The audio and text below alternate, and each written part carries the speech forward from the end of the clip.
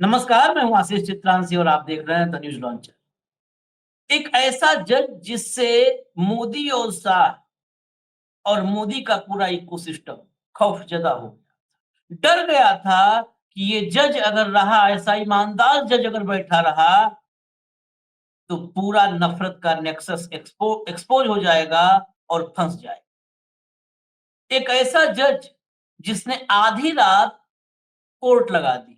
लेकिन इसके लिए नहीं कोर्ट लगाई कि किसी अर्णब गोस्वामी को, किसी पामेलियन को, किसी गोदी को बचाना है। इसके लिए आधी रात कोर्ट लगा दी थी कि जनता को बचाना है। जिस जनता की जान खतरे में है, जब एक दूसरे के खून के प्यासे लोग एक दूसरे की जान लेने को आमादा हैं और कुछ लोग पीछे बैठ करके उस आग में घी डालने का काम कर रहे हैं, उस वक़्त आधी रात को कोर्ट लगा दी थी। और उसी अदालत ने जो आधी रात में लगी कोर्ट, उसी कोर्ट ने हिला दिया था ऊपर बैठे तख्त, जो सबसे ऊँची तख्त है, उस पर बैठे इंसान साहिब 56 इंच वाले। उस जज का कल एक भाषण हुआ है और आज उस भाषण को जब मैं हिंदी में तलाश रहा था, तो कहीं नहीं मिला है, मैं आपको ये भी बता दूँ। अंग्रेजी में भाषण मिला, इंडियन एक्सप्रेस ने छापा है, क्योंकि हिंदी अखबार या जितने गोदी अखबार हैं, अगर ये छाप देंगे, तो इनका विज्ञापन खतरे में पड़ जाएगा। क्योंकि उस जज से ये सरकार जो अभी वाली है, ये बहुत दूरी मेंटेन करती है। जज का नाम है जस्टिस मुरलीधर। वही मुरलीधर जिनके तबादले के लिए सुप्रीम कोर्ट की कोलेजियम पर सरकार ने दबाव डाला था। ये मैं नहीं कह रहा हूँ, न्यायिक मामला है तो मैं अपने मन से गढ़ दूँ। जस्टिस लोकुर और जस्टिस सीकरी उस वक़्त कोलेजियम में थे। जस्टिस लोकुर ने खुद बताया, मदन बी लोकुर, दुनिया भर में न्यायिक क्षेत्र में उनका नाम है। जस्टिस मदन बी लोकुर ने खुद बताया कि केंद्र सरकार का दबाव था कि हटाया जाए मुरलीधर को। सुप्रीम कोर्ट में लाया जाए मुरलीधर को। और उसको रोका था जस्टिस लोकुर ने, जस्टिस सीकरी ने। लेकिन जैसे ही जस्टिस लोकुर और सीकरी रिटायर हुए, कोलेजियम को मौका मिल गया। बाकी तो वही तो है ना कि 1-2 जज हैं जिन पे भरोसा कर सकते हैं। तन से निपटा दिया जस्टिस मुरलीधर को। लेकिन मुरलीधर तो मुरलीधर है, नाम भी मुरलीधर है। रिटायर हुए 2023 में और फिर से वकालत शुरू कर दी, और वकालत वही केस लेते हैं जहां पर फीस देने के लिए पैसा ना हो सामने वाले क्लाइंट के पास। वो ऐसे केस सारे उठा लेते हैं जस्टिस मुरलीधर। अब एडवोकेट मुरलीधर हो गए हैं। जरा लाइए पूरी कहानी खोलते हैं। इस जज से जरा भाऊ को ले आइए पहले स्क्रीन पर। इस जज का खौफ, भाऊ स्वागत है, ऐसा था। इस जज का सुप्रीम कोर्ट सीनियरिटी के हिसाब से सुप्रीम कोर्ट आना था, नहीं आने दिया गया। उसी जज ने चंद्रचूड़, सुप्रीम कोर्ट, हिंदू मुसलमान, सत्ता प्रतिष्ठान और गोदी मीडिया, उसमें ये भी उन्होंने भाषण में बोला कि आजकल मीडिया में क्या चलता है चैनलों पर, तो किसी को नहीं छोड़ा है। सबका वो सच जिसे छिपा कर रखा है, उस नग्न सच को बाहर ले आए जस्टिस मुरलीधर। मैं बस खबरें दिखाता हूँ, सीधा आपके पास चलता हूँ। भैया खबर दिखाइए फटाफट। तो ये देखिए, ये खबर इंडियन एक्सप्रेस में छपी है। इस खबर में आप ये अखबार की फोटो है, मैं और करीब से इसकी हेडलाइन दिखा देता हूँ। ये देखिए, जो हेडलाइन के सामने आपके है कि अक्षम्य है, जो जो है वो किया है। ये बेसिकली अयोध्या केस पर है। अयोध्या केस पर मामले पर जो फैसला था, और खासकर कल्याण सिंह से जुड़ा जो अवमानना का मामला था, वो सब अक्षम्य है, वो माफ़ी लायक नहीं है। इसके बाद खबर के भीतर जो खबरें हैं, खबर 3 हिस्से में है। ये देखिए, सबसे पहला हिस्सा है चंद्रचूड़ पर सीधा-सीधा उन्होंने अटैक किया है। अटैक क्या किया, इसको मैं अटैक नहीं कहता हूँ, इसे कहता हूँ वो सच जो लोग कहना नहीं चाहते, जो बोलने में डरते हैं। उन्होंने क्या लिखा, it was an authorless judgement but the author himself said he consulted the deity before it. उन्होंने कहा था ना, मैंने तो भगवान से पूछा था फैसला देने से पहले। तो उसी पर ये टिप्पणी है, सीधा चंद्रचूड़ पर। नेक्स्ट लाइए जरा, ये बड़ा गौर कीजिएगा। Even the judiciary we need to look inwards, we don't ask who our judges and what their religious beliefs are. मतलब इसका मतलब ये है कि सुप्रीम कोर्ट में भी धर्म के आधार पर जज अगर धर्म के आधार पर जजों में कोई भाव होगा, कोई किसी भी तरीके का, तो फैसलों में वो परिलक्षित होगा, दिखेगा, 100% दिखेगा। ये बड़ा महत्वपूर्ण है। और अब वो पूरी कहानी जो अंग्रेजी में है उसको अभी हम नहीं दिखाएंगे, भाव जब बताएंगे तो आप सुनते रहिएगा और बगल में इंग्लिश में पढ़ते रहिएगा, क्योंकि बहुत सारे दर्शक कहते हैं कि अंग्रेजी में आप लोग ट्रांसलेट भी अगर करें तो साइड में पूरी रिपोर्ट ही हम इसलिए दिखा रहे हैं। भाऊ, जरा अयोध्या कांड, अब बाल कांड, सुंदर कांड सब हो गया, अयोध्या कांड जरा एक बार फिर से खोलिए, क्योंकि जस्टिस मुरलीधर ने जो बातें कही वो बड़ी चौंकाने वाली हैं कि कहीं भी मंदिर निर्माण के लिए तो पिटीशन ही नहीं थी, उसकी बात ही नहीं थी। वो बहुत हुँ, बढ़िया मतलब एक तो क्या है, आज जिन जजों का हम जिक्र करेंगे हमारे कार्यक्रम में, मुझे हाँ, लगता है वो वही है जुडिशरी जिनके सामने वाकई नमन करना चाहिए। और देश हाँ, में जो लोग कानून पढ़ रहे हैं उनके लिए वही रोल मॉडल होने चाहिए, ना कि चंद्रचूड़, बोबड़े और वर्तमान में जो वो हमारे कोई जजेस है वो गोगोई साहब, और वर्तमान में भी मतलब मुझे विथ ड्यू मेरे मैंने कहा ना कि भूषण गवई के पिता से मेरे हमारे बहुत स्नेहपूर्ण संबंध थे पारिवारिक।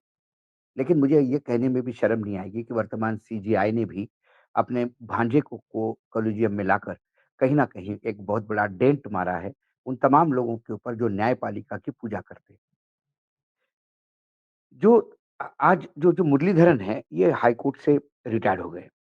ये हुँ, कभी जा नहीं पाए वहाँ पे अ, सुप्रीम कोर्ट, और ये जाना भी नहीं था।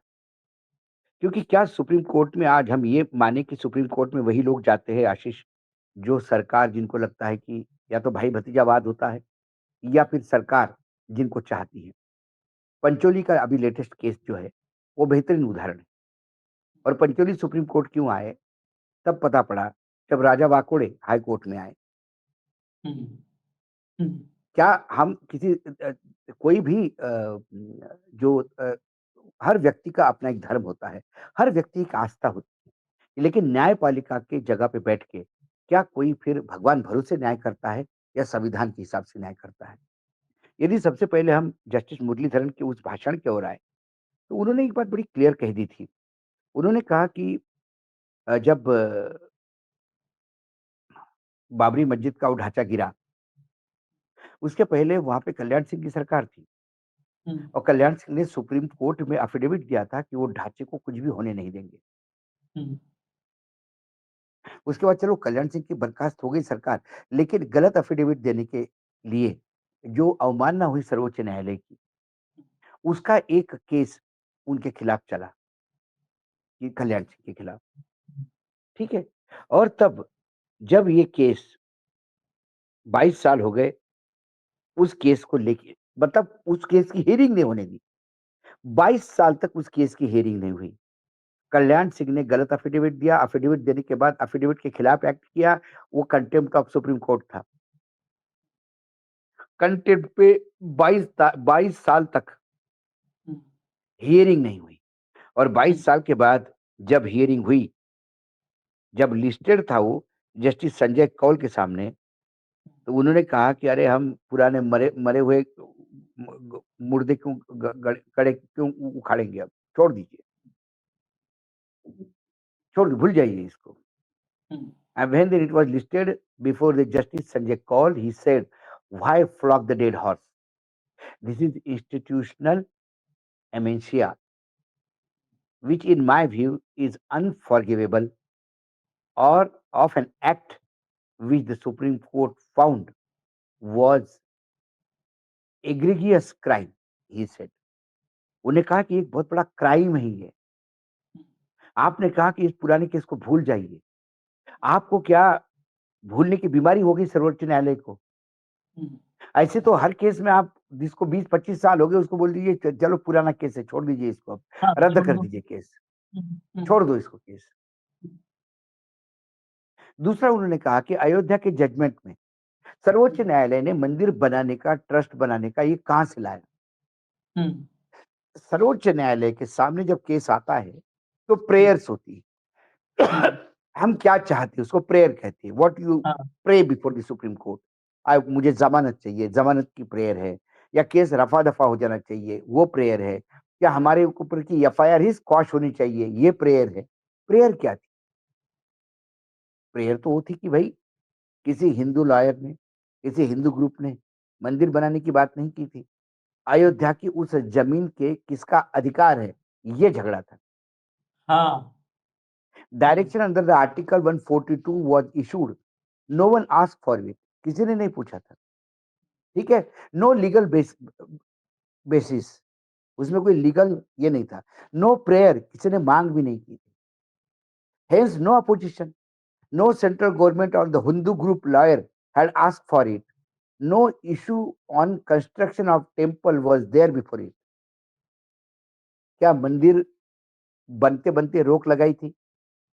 इसलिए भई मंदिर पूरा नहीं हो रहा था, इसलिए केस था। झगड़ा एक प्रॉपर्टी का था आशीष। हुँ, झगड़ा उस प्रॉपर्टी के टाइटल का था कि वो मुसलमानों की ज़मीन है कि हिंदुओं के रामलला की ज़मीन है। एग्ज़ैक्टली टाइटल का झगड़ा था। वो हाँ। बाप झगड़ा टाइटल का था। इसमें आपने आगे गए, आगे जाके आपने मंदिर का भी ट्रस्ट का फॉर्मेशन किया, टाइटल क्लियर किया, मंदिर कैसा बनेगा, वहाँ ट्रस्ट कैसा होगा, वो ट्रस्ट पीएमओ कैसा अपॉइंट करेगा, हुँ, ये सारा भी आपने उसमें बता दिया। किसने माँगा था? फिर आप कहते हो कि ये धर्मनिरपेक्ष देश है, संविधान किसी धर्म के दृष्टि से नहीं देखता, हम संविधान के कस्टोडियन हैं। आप वो ज़मीन रामलला को दे देते, फिर वो तय करते कि रामलला क्या करना है, उस ज़मीन पे खेती करना है, मंदिर बनाना है, हुँ, तालाब बना के उसमें बोटिंग करना है, वो तो वो तय करते। आप जहाँ आपको आगे जाना है, महाराष्ट्र गवर्नमेंट के केस में आपने तो नहीं आगे गए, तब तो आपने पेंडिंग रखा और ये मानते हुए कि ये सरकार गैर कानूनी है, आपने 2.5 साल तक उसको काम करते दिया। एक नूरानी मेमोरियल लेक्चर्स थे, उसमें जस्टिस साहब बात कर रहे थे। उन्हें कई बार कहा कि अ, he bemoanted the fact that the electronic media in this country keep harping on Hindu-Muslim questions instead of plurality. हमारे यहाँ जितना इलेक्ट्रॉनिक मीडिया है वो 24 घंटा हिंदू मुसलमान करने में लगा हुआ है। हुँ, Speaking about the long history of Ram Janmabhoomi case judgment, he said, "We tend to forget that ours is a composite culture. The aftermath of Babri Masjid demolition is disappointing as far as courts are concerned. Why they say throughout the judgment and what they eventually does not see a logical come out of all at all." उन्होंने कहा कि पूरे judgement में वो जो बातें करते रहते हैं, जो हम बार-बार अपने कार्यक्रमों में भी कहते रहते हैं आशीष, कि जज साहब ने टिप्पणी तो दी लेकिन अभी हम इसमें हाँ, ज़्यादा खुश होने की ज़रूरत नहीं है। फैसला अलग। अल्टीमेटली क्या है? उन्होंने वही कहा, what they say throughout the judgment and what they eventually done, not seen a logical outcome of all that. आप यदि अयोध्या का जजमेंट जब पढ़ना शुरू हुआ, तब मैं इंडिया टीवी पे बैठा था, आशीष, हुँ, तो सबसे पहले जज साहब ने कहा कि न्यायपालिका में आस्था की कोई जगह नहीं है। हाँ, हाँ, या प्रूफ पे और लॉजिस्टिक पे बात होती है। हुँ, और जजमेंट के आखिरी पैराग्राफ में ये कहते हैं कि लोगों की आस्था उस जगह पे है, इसलिए वो रामलला को दी जाएगी। इतना तो कंट्राडिक्टरी डिसीज़न तो वाक़ई। नहीं, हमने तब भी कहा था कि हमने कहा था कि आप ये कहे कि भई नहीं, राम ये आस्था का सवाल है और ये देश आस्था से चलेगा और हम करते दैट्स ओके फाइन। लेकिन आपको you want to be a holy cow also. At the same time you want to bulling bull. तुमको एक गौ माता भी बनना है, पूजनीय, और सांड जैसा सिंग भी मारना है। ये मुरलीधरन इतना आउटस्पोकन क्यों है? क्योंकि वो कानून के दायरे में बात करते हैं, संविधान के दायरे में बात करते हैं। हाँ, संविधान यदि ये कहता है कि ये हिंदुओं का देश है और हिंदू राज्य है ये, या बाकी धर्मों को जगह नहीं है, तो सवाल ही नहीं उठता था फिर बाद में तो इतना बड़ा मतलब जो किया वो हम जस्टिफाई करते। हम भी क्या ऐसा थोड़ी कि हमको राम के प्रति स्नेह नहीं है, राम हमारे आराध्य नहीं है, बिल्कुल राम हमारे आराध्य है, हम भी पूजा करते हैं। लेकिन यदि ये देश संविधान से चलता है, तो फिर संविधान जो कहता है उसको मानना पड़ेगा। मैं मेरी आस्था संविधान पे नहीं थोप सकता। और यदि मुझे आस्था इतनी प्यारी है, तो फिर ये संविधान छोड़ के तो मैं देश छोड़ के चला जाऊँ दूसरी जगह जहाँ मेरी आस्था हो, या मेरे आस्था से जिस चलता हो। ये देश तो संविधान से चलेगा, या फिर व्यवस्था करो कि ये संविधान ही बदले पूरा। उस मनुस्मृति में व्यवस्था आ को जाए करके जहाँ बस वही उस व्यवस्था व्यवस्था बदलने का प्रयास चल रहा है। हाँ, तो जो संविधान के सही मायने में कस्टोडियन है, कौन है संविधान के सही मायने में कस्टोडियन? मुरलीधरन है। मैं न्यायपालिका को नहीं मानता संविधान का कस्टोडियन, माफ करना मुझे। अवमानना होगी तो मैं सजा भुगत लूँगा। Hmm, justice Muralidharan, justice Oka, justice Sikri, ये तमाम जजेस है, जिनको हम कह सकते हैं कि नागरत्न। ये है, हम हाँ, कहते हैं कि ये संविधान के कस्टोडियन हैं, हाँ, ये संविधान के कस्टोडियन हैं। मतलब पहले मतलब सीकरी साहब के सामने पास या बाकी समय कम से कम इतनी तो थोड़ी नज़र की शर्म होती कि किसी ने यदि मना कर दिया, तो रोक जाता। लोकुर साहब ने बोल दिया, ऑब्जेक्शन लिया तो रुक गया मामला। हाँ, हाँ, यहाँ तो नागरत्ना ने इतना बोलने के बाद भी पंचोली को ले ही आए। हुँ। को पंचोली को नहीं लाते तो इनके भांजे रह जाते।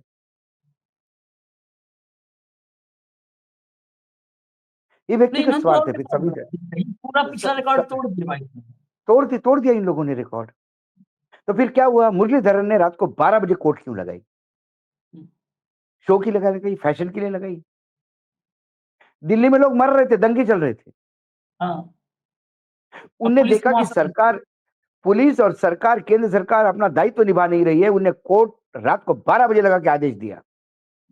सबसे पहले जख्मियों की इलाज हो जाए, सारे लोग जो पीड़ित है उनका तरफ ध्यान दें। और केंद्र सरकार और दिल्ली पुलिस बिल्कुल काम नहीं कर रही है, ये उन्होंने बोला है। और साथ में ये बोला जो नेता भड़काऊ भाषण दे रहे थे उनके खिलाफ एफआईआर दर्ज करें। कौन दे रहे थे भड़काऊ भाषण? कपिल मिश्रा ये जैसे बीजेपी वाले लोग। थे, कपिल मिश्रा हुँ, जैसे लोग। हाँ, कपिल मिश्रा जैसे लोग थे। हाँ, तो ये मुरलीधरन नागावर गुजरा। रातों रात ट्रांसफर करो। हम अजित पवार को ही गाली देते हैं। हुँ, अजित पवार आईपीएस अधिकारी को कहता है कि ये एक्शन लूंगा मैं, नहीं छोड़ हुँ, दिया तो। हमने कहा कि ये बताओ कहाँ चल रहा है? यहाँ तो केंद्र सरकार कोलिजियम को कहती है ट्रांसफर करो इसको, हमारे लोगों के खिलाफ कार्रवाई करने की बात करती है। मरने दो दंगे वालों को। क्या गुजरात दूसरा गुजरात बनाना चाहते थे दिल्ली को? उसके बाद लोकुर साहब ने कहा नहीं, कोलिजियम में थे लोकुर साहब, बिल्कुल नहीं होने होगा ये। रुक गया मामला। लोकुर साहब रिटायर्ड हो गए, फिर बोले इनको ट्रांसफर करो। तो फिर हो गया हट फिर फिर नहीं कर नहीं दिया। फिर सिकरी साहब अड़ लिए। हाँ, फिर वो भी हो गए रिटायर। जैसे सिकरी साहब रिटायर्ड हो गए, तुरंत इनका ट्रांसफर कर दिया पंजाब एंड हरियाणा में। हुँ, और वो ट्रांसफर रात को 12 बजे हुआ बिना प्रोटोकॉल के। सारी परंपराएं, सारी चीजें ध्वस्त करते हुए। मतलब हमारे सर्वोच्च न्यायालय के मुख्य न्यायाधीश कैसे पलके बिठा के खड़े हुए थे सरकार के लिए। माँ बाप बस इसको जान दे, बस आप रात को 12 बजे भी गया तो मैं सुबह 3 बजे कर दूंगा भाई साहब। ये हमारी न्यायपालिका है, जो अपने नहीं, आप को नहीं, संविधान की कस्टोडियन करती है कि संविधान को खा रही है, या जो संविधान के साथ खेल रहे हैं उस उन खेलने वालों के लिए मददगार साबित हो रही है। क्यों अभी अभी चर्चा की ना बातें बता रहा हूं मैं हो? आपको। न्यायपालिका पे मुझे लगता है सबसे ज्यादा चर्चा होनी चाहिए। और चर्चा ठीक है, हम अपने मन से नहीं करेंगे।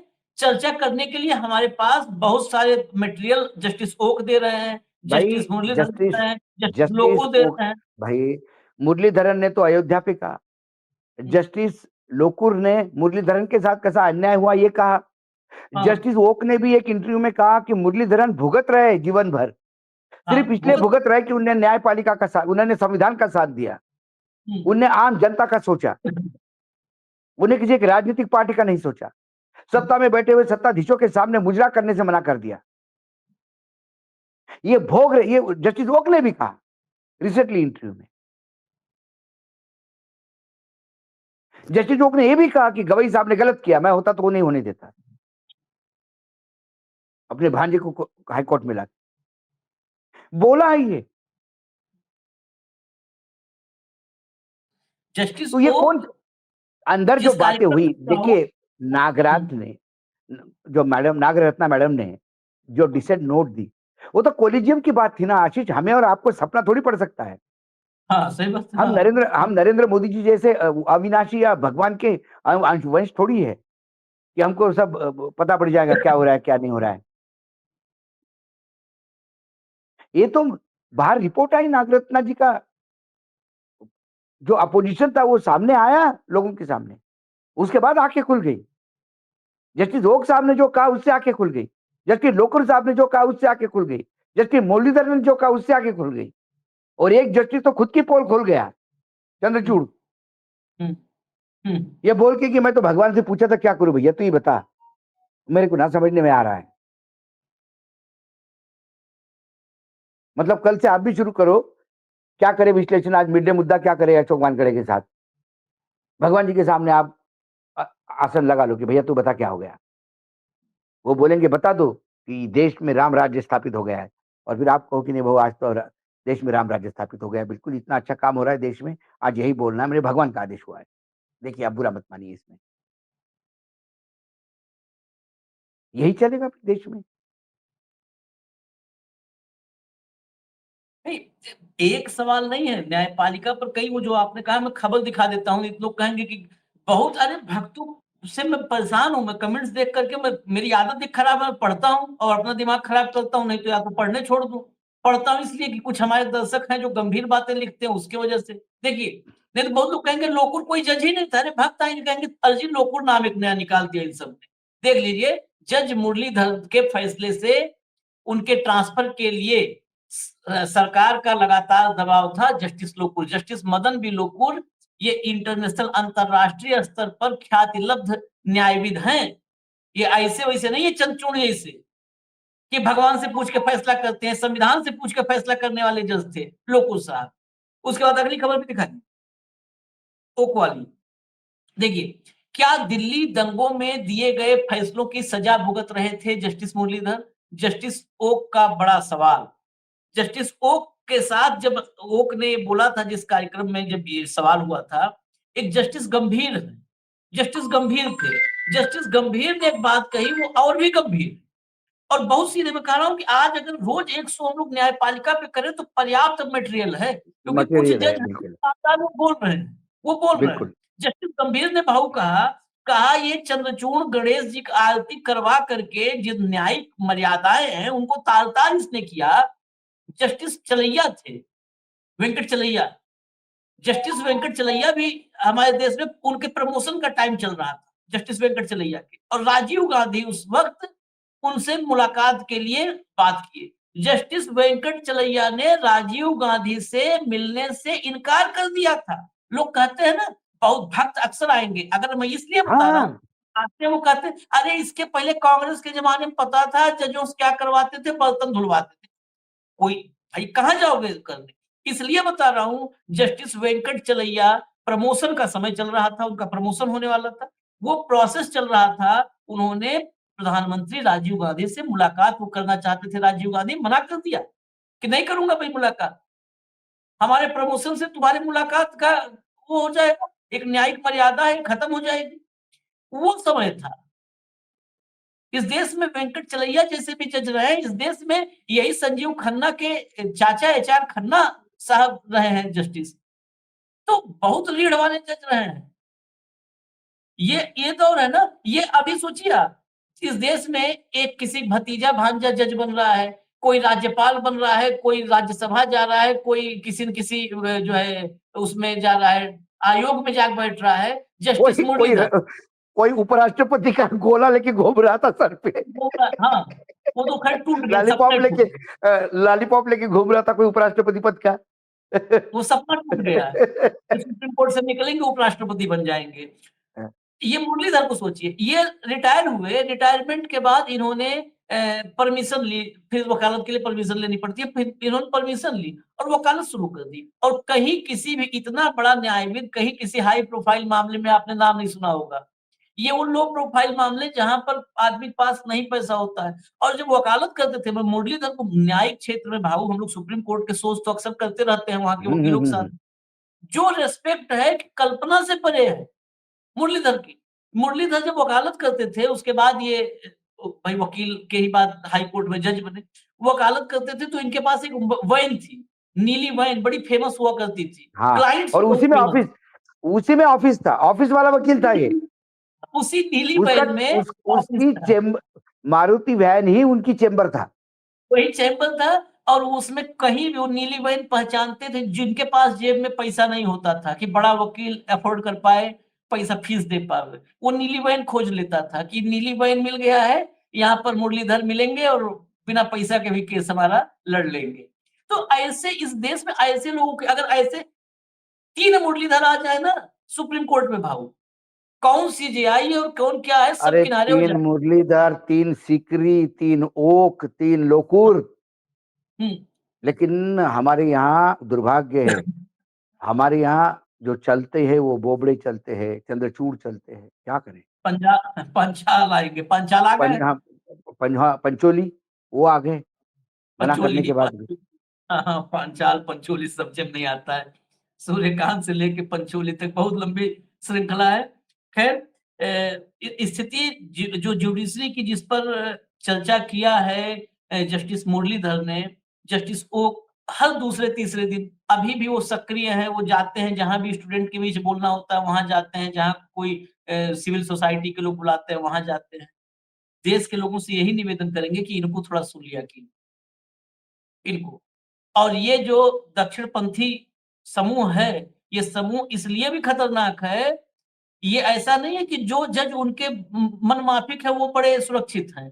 जिस दिन उनका एक फैसला इनको चुभ जाता है, उस दिन उस ये दिन उनको गालियों की बौछार कर देते हैं। बौछार कर देते हैं। बिल्कुल, बिल्कुल, बिल्कुल। बिल्कुल, जो बिल्कुल। गालियाँ देते हैं, वो गाली कभी कोई सुना नहीं होगा, वो सारी गालियाँ दे देते हैं क्योंकि इनके पास डिक्शनरी है ना, तो डिक्शनरी से निकालते हैं। तो हमें इजाज़त दीजिए थोड़ा न्यायपालिका, क्योंकि न्यायपालिका बच गई, तो इस लोकतंत्र को कोई भी व्यक्ति या कोई भी एनजीओ, वो 100 साल पुराना हो या 150 साल पुराना एनजीओ, कोई एनजीओ और कोई एनजीओ का कार्यकर्ता नहीं खत्म। वर्तमान में देश में जो स्थिति है, सत्ताधीशों के दरबार में मीडिया, कार्यपालिका, विधायिका सब नाच रही है, हाँ, पैरों में हाँ। घुंघरू बांध के। एक अंकुश है न्यायपालिका का। जिस दिन न्यायपालिका पैरों में घुंघरू बांध देगी, उस दिन फिर हमारे देश में लोकतंत्र नहीं तानाशाही होगी।